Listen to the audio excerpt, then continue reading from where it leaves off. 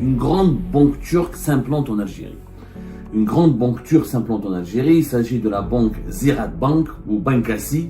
La banque turque a été agréée officiellement par les autorités algériennes. On aurait aimé que ça soit vrai. Mais malheureusement, ce n'est pas vrai parce que c'est pas du tout une bonne nouvelle. Parce que cette banque turque est une catastrophe sur le plan de la transparence, de la bonne gestion, de la bonne gouvernance. C'est malheureusement une banque qui a été épinglée dans plusieurs pays à travers le monde, notamment aux États-Unis d'Amérique et en Allemagne, pour ses pratiques favorables au blanchiment d'argent. C'est une banque extrêmement connue, une machine à laver pour laver les fonds d'organisations mafieuses, de mouvements politiques et de certains pays. Les autorités américaines et la Réserve fédérale américaine a décidé de sanctionner la Ziraat Bank parce que une enquête du régulateur du système bancaire américain a découvert que cette banque turque a été utilisée pour blanchir de l'argent de l'État iranien. Comme l'Iran ne pouvait pas faire du commerce avec les États-Unis d'Amérique, et bien les Iraniens ont utilisé cette banque turque, la Ziraat Bankassi, qui est installée à New York depuis 1983.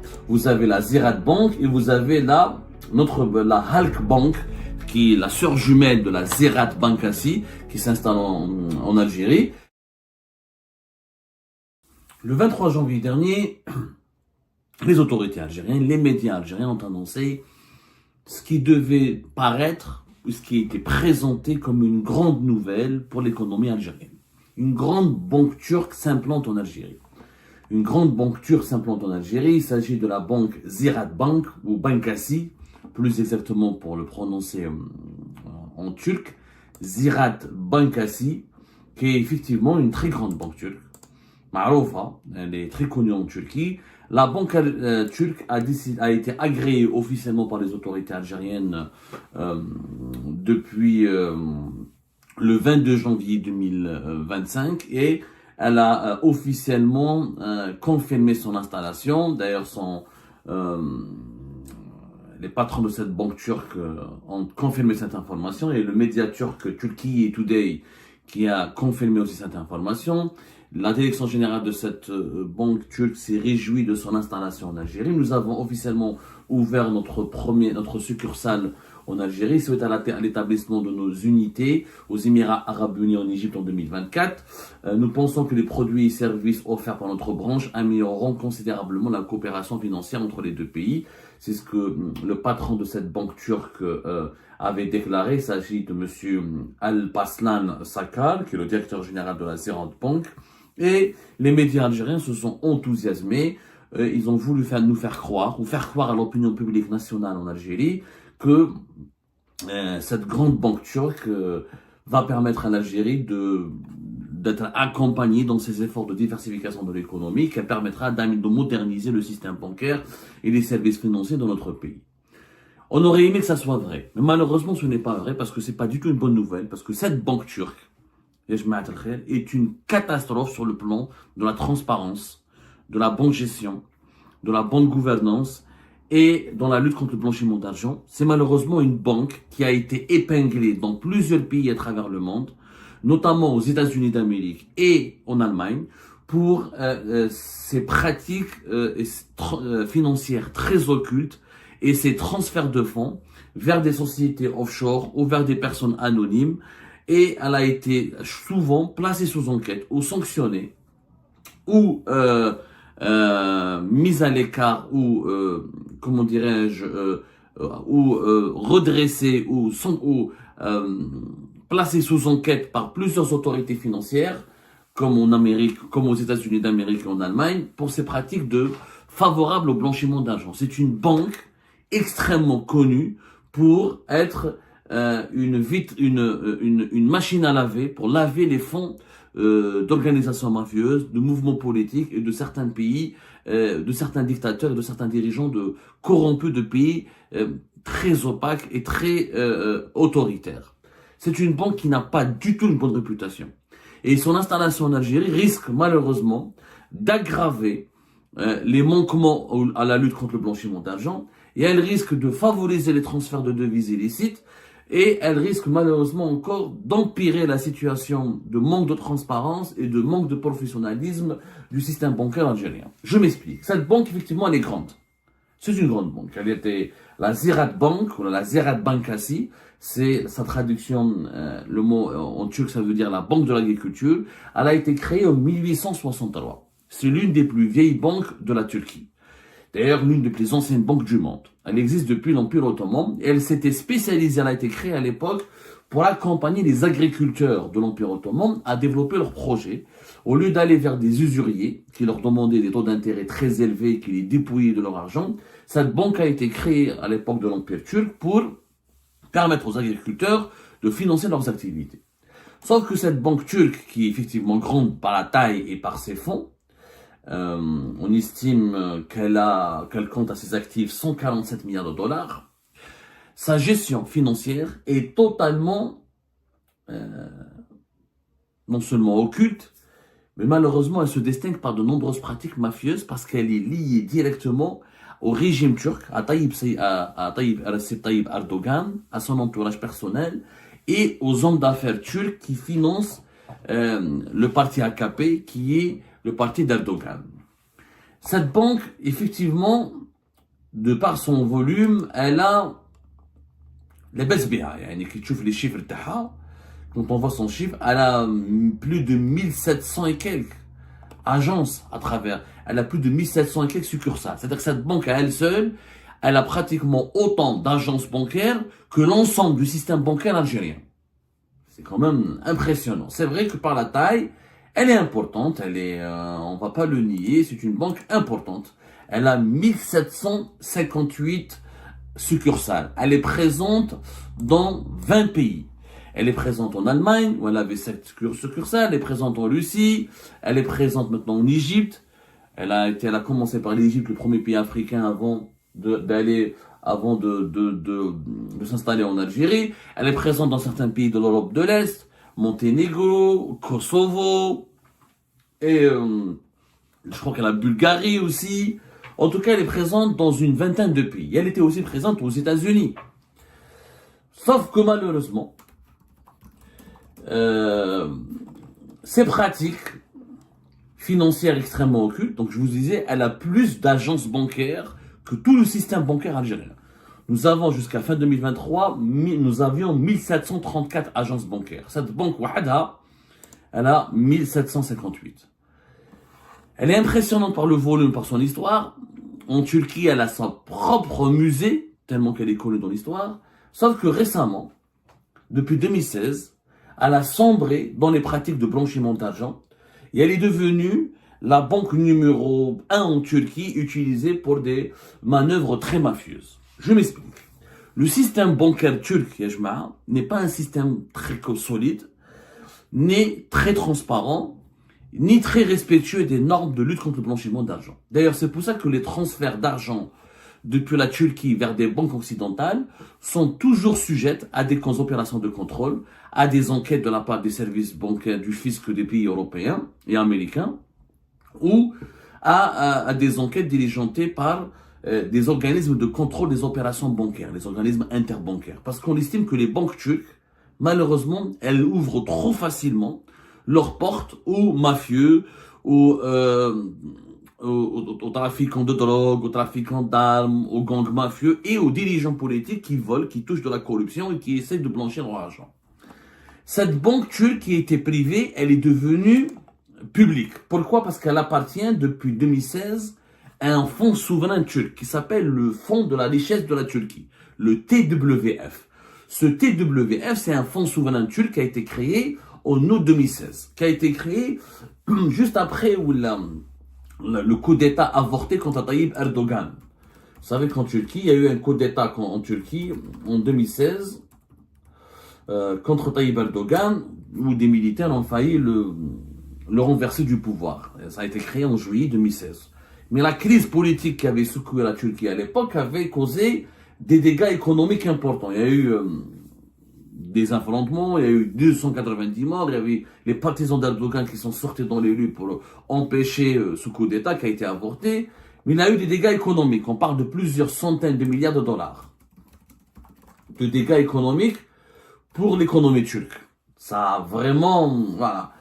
Il y a des estimations, ils parlent d'une centaine, d'autres notes d'expertise, d'autres organismes internationaux parlent de 90 milliards d'euros les estimations, les organismes les plus fiables parlent au moins d'un bilan de dégâts économiques de 90 milliards d'euros à cause de l'instabilité qui avait régné en Turquie à l'époque. Tayyip Erdogan, Recep Tayyip Erdogan, pour relancer l'économie turque, il crée un fonds souverain pour permettre aux grandes entreprises turques de se financer afin de relancer la croissance économique et de remettre le pays dans l'instabilité économique et de sortir la Turquie de l'instabilité économique. Ce fonds souverain, TWF, fondé en août 2016, juste après les événements du coup d'État, a donc commencé par, petit à petit, au départ, c'était 83 milliards de dollars d'actifs. Ensuite, en 2018-2019, il a commencé à avoir de 33 à 40 milliards d'actifs. Aujourd'hui, en 2023, il gère 317 milliards d'actifs. Comment? Pourquoi? Parce que ce fonds a commencé à racheter ou à devenir propriétaire des plus grandes entreprises turques, comme la Turkish Airlines, c'est lui l'actionnaire majoritaire, comme BOTAS, qui est l'équivalent de Total en Turquie, et de Sonatrach en Turquie, comme par exemple Turksat, Turkcell, les opérateurs de téléphonie mobile, et la Ziraat Bank. D'ailleurs, quand on voit ce que ce fonds turc possède, BOTAS, elle est 100% détenue par ce fonds souverain turc, et la Ziraat Bank, elle est détenue à 100% par par ce fonds d'investissement. D'autres banques, qui m'a tarif turc, qui m'a la banque Fakif, elle est détenue à 74% par ce fonds d'investissement. Ou qu'il y a une autre banque qui s'appelle Halkbank. Halkbank, c'est une autre banque, c'est la deuxième banque publique en Turquie. Moradi la Ziraat Bankası. Elle est détenue par ce fonds souverain turc à hauteur de 91%. Ce fonds, qui était très ambitieux au départ et qui avait des ambitions économiques importantes, est devenu un outil politique au service d'Erdogan, puisqu'à partir de 2018, lorsque Erdogan a instauré au lendemain du référendum constitutionnel turc de 2017 un régime présidentiel fort, où Erdogan s'est emparé de tous les pouvoirs en Turquie. En Turquie, c'était un régime plus ou moins parlementaire. Depuis 2017, il est devenu un régime présidentiel fort. Que fait Erdogan? Il s'empare de tous les pouvoirs à la tête de ce fonds souverain. Qu'est-ce qu'il fait? Il va devenir lui-même il va essayer lui-même d'être le patron de ce fonds d'investissement. Il va mettre son gendre, qui est le mari de sa fille, un certain Berat El-Bayrak, qu'il a été nommé adjoint au conseil d'administration, c'est-à-dire directeur adjoint du conseil d'administration de ce fonds souverain. Donc, Erdogan est devenu lui-même le président en 2018 du TWF. Et c'est à ce moment-là où les problèmes ont commencé dans cette Ziraat Bank. Pourquoi? Parce que cette Ziraat Bank, Erdogan, c'est vrai que c'est un politicien très futé, c'est vrai que beaucoup de Turcs l'aiment, l'adorent, c'est vrai qu'il a apporté beaucoup de bien à son pays, mais il est très contesté pour ce dérive autoritaire et son entourage personnel se sont beaucoup enrichis et sont impliqués dans de très nombreuses affaires de corruption. Il lui-même est accusé par l'opposition turque et par de nombreuses enquêtes internationales de presse indépendante et d'organismes de lutte contre la corruption et le blanchiment d'argent d'être l'un des dirigeants les plus corrompus du monde. Erdogan n'est pas un exemple de vertu, malheureusement. Son gendre Hada Berat El-Bayrak, d'ailleurs, il était lui-même ministre des Finances entre 2018 et 2020. Auparavant, il était ministre de l'Énergie entre 2015 et 2018. Et il est le mari de sa fille. Donc, avec son gendre, ils vont utiliser ce fonds d'investissement pour contraindre les banques turques à opérer, malheureusement, des opérations financières à travers le monde qui sont contraires aux lois internationales de lutte contre le blanchiment d'argent. Là, comme un exemple. On va commencer par ce qui s'est passé en Turquie. Ce qui s'est passé en Turquie, c'est qu'entre 2013 et 2014, cette banque, la Ziraat Bank, elle a donné un prêt de 1,6 milliard de dollars qui avait été accordé entre 2013 et 2014 à une société offshore basée dans les îles Vierges britanniques. Les îles Vierges britanniques, c'est un paradis fiscal totalement opaque, où il n'y a ni loi, ni transparence, ni aucune norme prudentielle de gestion ou d'identification des fonds qui proviennent de l'étranger et qui sont blanchis dans les caisses des banques domiciliées dans les îles Vierges britanniques, dans les sociétés domiciliées dans les îles Vierges britanniques. Ce fonds, il y avait une enquête qui a été menée par les journaux de l'opposition turque, qui ont été d'ailleurs sanctionnés et domestiqués, fermés. Beaucoup de journalistes turcs ont fait de la prison ensuite à cause de ces enquêtes. Ce prêt de 1,6 milliard de dollars n'a jamais été remboursé. C'est un prêt non productif, c'est-à-dire qu'il n'a jamais servi à financer une activité économique réelle. Il a été donné à une société offshore qui est liée directement à des hommes d'affaires ou des membres de la famille d'Erdogan. Le scandale, il a éclaté. Ensuite, la Ziraat Bank, elle a essayé de justifier, elle a dit que non, que c'était un prêt qui avait servi d'acheter des parts de Turkcell, qui est un opérateur de téléphonie mobile en Turquie. Tout ça n'a jamais convaincu, il n'y a eu jamais de... Comment dirais-je, il n'y a jamais eu d'arguments vraiment valables, ni de preuves irréfutables de la part de la Ziraat Bank, qui s'installe en Algérie. Donc, en réalité, toutes les enquêtes menées par la presse turque indépendante avaient confirmé que cet argent a été utilisé pour financer ou pour remplir les poches d'hommes d'affaires et des membres de la famille d'Erdogan. Et ce n'est pas la première fois. La Ziraat Bank aussi, elle est impliquée dans plusieurs transferts de fonds depuis la Turquie vers des banques turques, vers des banques ou vers des institutions financières ou vers des entreprises installées à l'étranger. Comme un exemple, on parle par exemple de fonds qui ont été transférés depuis la Ziraat Bank vers Malte, vers des sociétés basées à Malte et vers des sociétés basées aux Pays-Bas en Hollande. Et selon les enquêtes qui avaient été menées par la presse indépendante turque à l'époque, ces sociétés appartenaient directement à l'entourage proche d'Erdogan, où la famille d'Erdogan et ses alliés cacheraient à Malte et aux Pays-Bas plusieurs centaines de millions de dollars, l'équivalent à l'époque, le montant qui a été repéré, qui a été révélé, d'une centaine, à peu près, entre 140 à 150 millions de dollars d'actifs détenus par des sociétés offshore basées à Malte et basées aux Pays-Bas et qui appartiennent et dont les propriétaires sont directement liés ou les membres de l'entourage proche de Erdogan. Donc cette banque a été énormément utilisée par Erdogan et son entourage pour voler de l'argent, pour détourner des prêts bancaires qui ont atterri, qui ont été des prêts qui ont permis de financer des sociétés basées aux îles Vierges britanniques ou en Malte ou en Hollande, parce qu'en Hollande comme à Malte, il y a des systèmes financiers, c'est pas des paradis fiscaux au sens propre du terme comme les îles Vierges britanniques, mais il y a des niches fiscales, il y a quelques établissements financiers qui ont des pratiques très très peu transparentes et qui sont très peu regardantes sur la lutte contre le blanchiment d'argent. Donc, il y a des enquêtes, par exemple, en novembre 2017, des leaders politiques turcs ont révélé comment 15 millions de dollars ont été transférés par Erdogan, des membres des membres de sa famille, ses alliés, sur un camp situé sur l'île d'Oman. L'île d'Oman, c'est un autre paradis fiscal. Je sais pas où est-ce qu'il est situé, l'île d'Oman, j'ai oublié. C'est un territoire situé elle appartient dans la mer d'Irlande, voilà. C'est entre l'Irlande et l'Angleterre. Et tout ça, c'est documenté, tout ce que je vous raconte.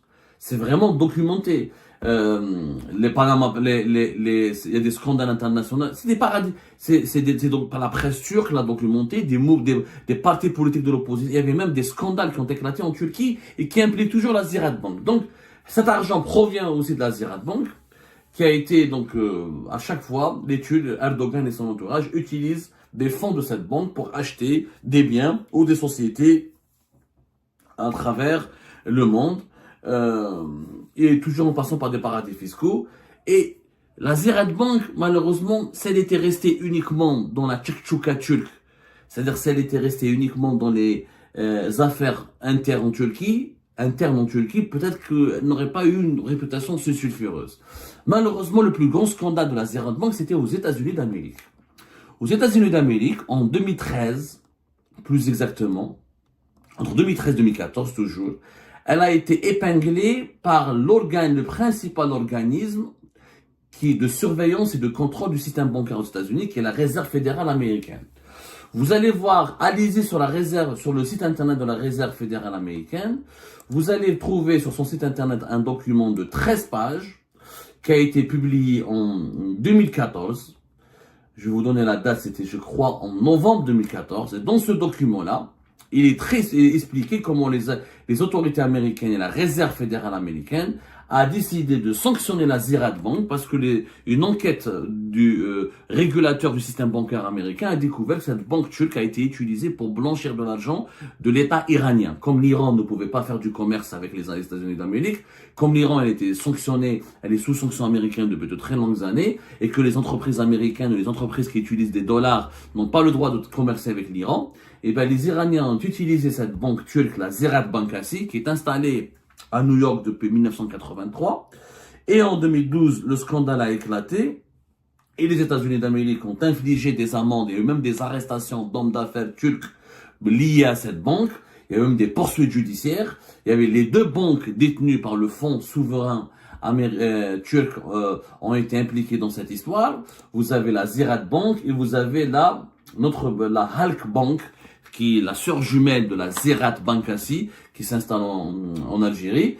Le document, il est très clair. Vous pouvez aller lire 13 pages. Il est sur le site internet de novembre. Il date de novembre 2014. Novembre 2014, il est sur le site internet de la Réserve fédérale américaine. Très clair, il recense toutes les pratiques occultes de cette banque turque qui a permis de blanchir l'argent de l'État iranien, de la dictature en Iran. Donc les dirigeants iraniens ont blanchi leur argent pour contourner les sanctions américaines, ils ont utilisé cette banque. Je vous remercie, comme d'habitude, pour avoir suivi la vidéo jusqu'à la fin.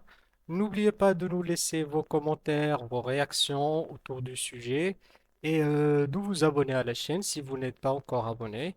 Je tiens à vous remercier aussi pour votre soutien à notre chaîne, pour vos encouragements, pour vos commentaires aussi nombreux et diversifiés. Je tiens aussi à remercier nos abonnés et les personnes qui nous suivent régulièrement. Sans vous, ça n'aurait pas été possible. Donc voilà, merci encore une fois et à la prochaine dans une nouvelle vidéo.